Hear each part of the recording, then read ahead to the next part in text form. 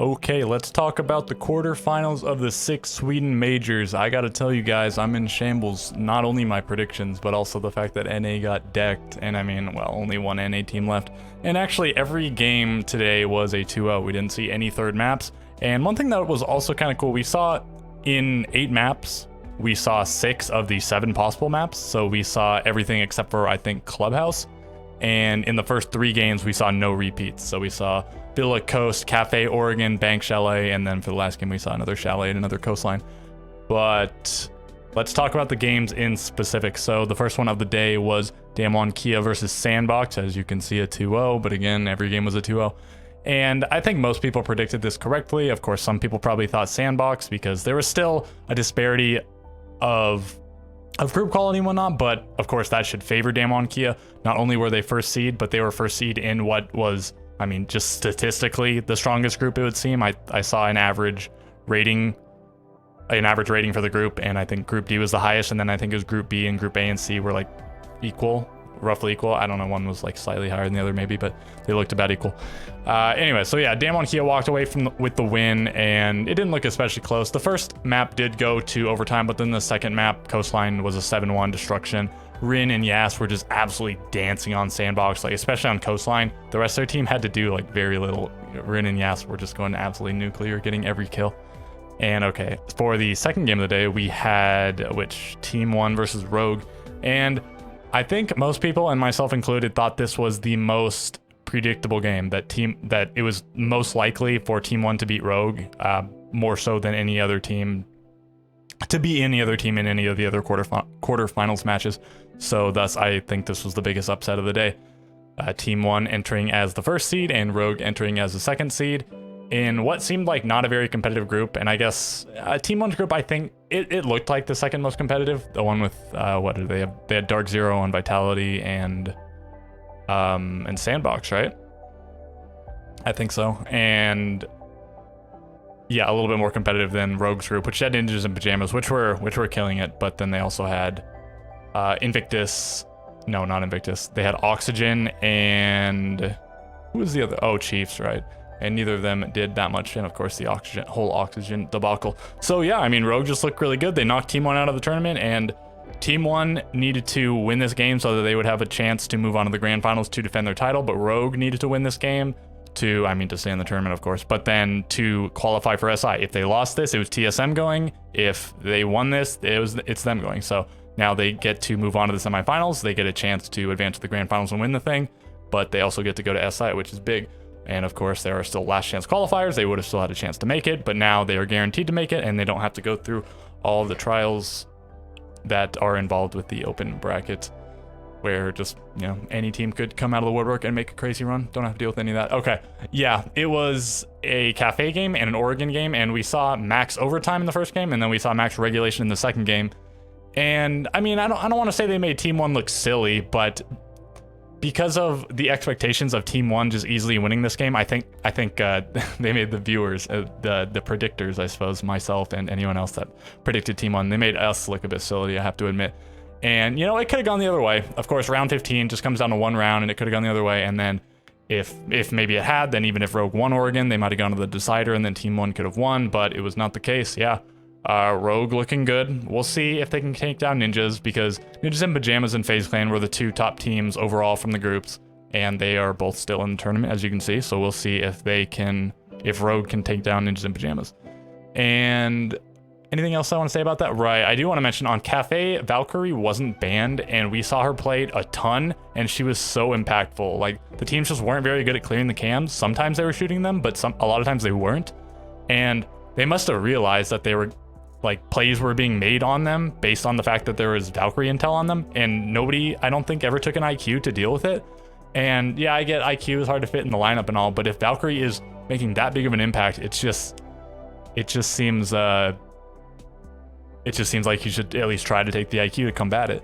Or I guess at least, I mean, like, a lot of them were just thrown outside. If you just leave a drone outside waiting for a little bit to see where they throw the cameras, and I get, like, a lot of players won't throw the cameras outside right at the beginning, right as the round starts. Like, they'll do it at a little bit different times so that strategy is a little bit less effective. But I do think either team could have tried harder to combat the other team's Valkyrie play. That was quite notable. Levy was killing it in both games. I think he was top frag in both of his teams. And in the second map, it was Prano and Levy, both on 12 kills, I think. Both top frags in the lobby. And that's very impressive for Prano, considering he also had 2 plants, most kills on the team. He's just their support player, IGL. That guy is incredible. And in the first map, it was Levy on 15, but Ace is on 19. That guy was going crazy. And if he didn't drop 19, I don't think that Rogue was taking that cafe because of how, taking into account the fact that it went all 15 rounds.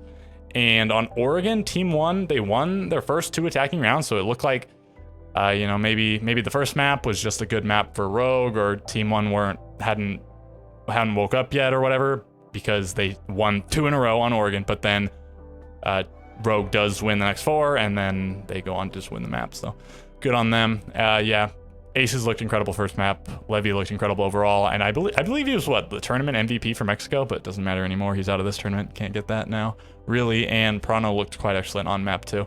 So I'm excited to see their match against Ninjas in Pajamas, and I mean, yeah, I'll certainly be rooting for them in that match. I keep saying that. Okay, the third game of the day was FaZe Clan versus BDS, and I picked BDS, and I thought it could go either way. And after seeing this, in hindsight, yeah, I did initially think that FaZe Clan was gonna win. I did say that I wanted to predict them, and I sort of picked BDS just for the fantasy idea of having one team from each region represented. And actually, because Rogue won their game, FaZe Clan needed to win their game.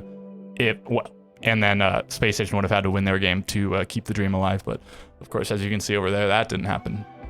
But yeah, FaZe Clan, again, they didn't slap them up. They just look better than BDS, and it looks like FaZe Clan is the best team left. But I do think they could be upset by Damwon Kia or then either of these teams. But I think at this point, FaZe is the favorite, and I think they were probably the favorite going into even the quarterfinals, with maybe BDS slightly behind them. But yeah, they looked really good. Cyber is still an absolute menace. He has the highest rating, highest KD, highest entry stats, and the highest cost of the whole tournament. So that's all of the 6 major track stats except for plants and clutches. And of course, he's not planting, and then clutches, maybe he has a few, but he's not at the top or anything. Yeah, Cyber going monstrous. He dropped 15 and 7 on bank, of course, over a 2.0, and it was a what was the score on bank? I don't actually recall. For some reason I forgot to, or no, it was a 7-3, right? Yeah, no, okay. I got mixed up. It was a 7-3 on bank and an 8-7 on Chalet. So came down to the wire on Chalet, and of course, if that had just gone the other way in the final round, then we would have started a third map, and then maybe BDS wins. So they were fighting back after being put down pretty handily on bank. But it was not to be. It was another 2-0, just like every other match in the day. And yeah, just FaZe looked killer. And then moving on, I guess, to the last game of the day. Did I get any of that mixed up? I was talking about Cafe in Oregon, right? I don't think so. I think I'm looking at notes, and I think I maybe I just organized it a little bit weirdly. Let me just mention the very last round. If you haven't seen it, it was a crazy round. It seemed like BDS was going to make a massive comeback. They were down to like a 2v5, I think, and then it was Rafal and one other player, and then maybe the other player gets a kill, but then Rafal gets a 3K to bring it to a 1v1, and then he doesn't know where the last guy, and he denies the plant. Yeah, okay, who was it? It was Cyber got a 3K, and then Rafal gets a 3K, which included killing Cyber and killing the person who was planting, and then it was a 1v1 Cameraman versus Rafal, but Rafal didn't have intel on where Cameraman was, so he looked the wrong way, and he got shot in the side, and FaZe secured it. So, just how thin the threads of fate can be. Okay, final match of the day. Space Station versus Ninja in Pajamas. Of course, very hyped game, rematch of the SI 2020 finals, and they also played in the group stage of SI 2021, which Ninjas won. Space Station won the SI 2020 grand finals, as you may well know. But Ninjas in Pajamas won here once again. The reigning world champions stay alive in this tournament and continue to have a shot at being the reigning major champions. So they just got to defeat Rogue, and they got to defeat FaZe or Damwon Kia if they defeat Rogue. Okay, what happened in this match though in particular? So it didn't go as down to the wire as the Team 1 Rogue match, but it was just 1 round shy of it. The first map, Chalet, 7-5, so max regulation there. And then the second map, Coastline, 8-6. So it could have gone 1 more round and then it would have been max overtime, but it was still pretty close.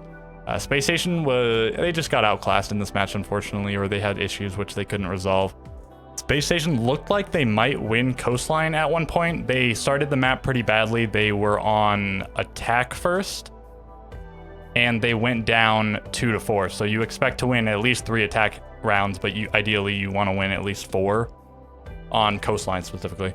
And going 2-4 is very bad, but then they switch to the other half, and they, of course, go equal. They go 2 and... Ninjas in Pajamas go 2-4 on their attack half as well. And so they go to overtime, but then very anticlimactically, we see Ninjas in Pajamas just take both rounds and the game ends. So, of course, especially for the last game of the day, and especially for such a high caliber rematch, we would have liked to see, I mean, at least 15 rounds, but ideally three maps, and we didn't get to see it. And it would have been great to see 3 maps on any of these. It was quite a short day because of all of this.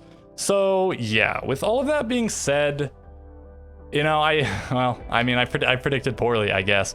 If I didn't want Space Station to win so much, I mean, I might have picked Ninjas because I think I did expect them to win more so than Space Station. I wanted Space Station to win, but I thought maybe Ninjas in Pajamas had a slight edge here. Even though I of course thought Space Station had a good shot, but if I was being totally impartial, I think I would have gone with Ninjas in Pajamas and also FaZe over here, but I was trying to get fancy with it. And I think there's like no universe where I would have predicted Team 1 versus Rogue right, and I got this one right. So 1 out of 3, I mean, whatever. You know, maybe I should unbias my predictions or whatever, but for like majors and stuff, I like doing the storyline stuff and whatnot. So if you're interested in this little storyline thing I've been drawing with the heroes and villains, good and evil at this point, well, we got team that I prescribed as a hero over here versus a villain over here. So Damwon Kia, hero, good. FaZe Clan, villain, evil, and Rogue, hero also, and Ninjas in Pajama, evil. So LATAM, will they be stopped from winning all of the big tournaments this year? They won SI and they won the last major. Will they win the final major of the year? Or will it be APAC? Or will it be Europe? So, I mean, just, it's 50-50 odds right now that LATAM win it if you just take into account pure randomness, like no skill or anything into the equation. And realistically, I mean, I think it might just mean Ninjas in Pajamas versus FaZe in the final, but I will certainly be rooting for Rogue and Damwon Kia in their games. They both are these scrappy sort of underdog teams. Like Rogue has had a bunch of struggles and Damwon Kia has come seemingly out of nowhere. Like they're a team that formed, I think, just like a year-ish ago or within the year, and they've reached such a height. I mean, they did pretty well in the last major. Nobody expected them to do that well, I don't think, and then they made it to playoffs, although they did lose in the quarterfinals, and now they are in the semifinals.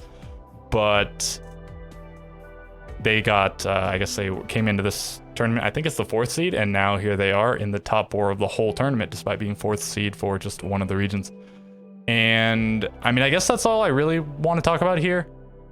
I mean, I guess I'll predict Ninjas in Pajamas and FaZe Clan to win, but at this point, it's just like, so the point's sort of moot. So, right, yeah, the stream is supposed to start at 4 p.m. Central European time, and then you roll that back 6 hours to get Eastern, so that'd be 10 a.m., and then the game's supposed to start at 10:30, and then this one, 2 p.m. Eastern, it should start. So, and then if you want to find Pacific, 3 hours before Eastern, of course. So, yeah, I guess that's going to do it, and I will catch you guys in the next video.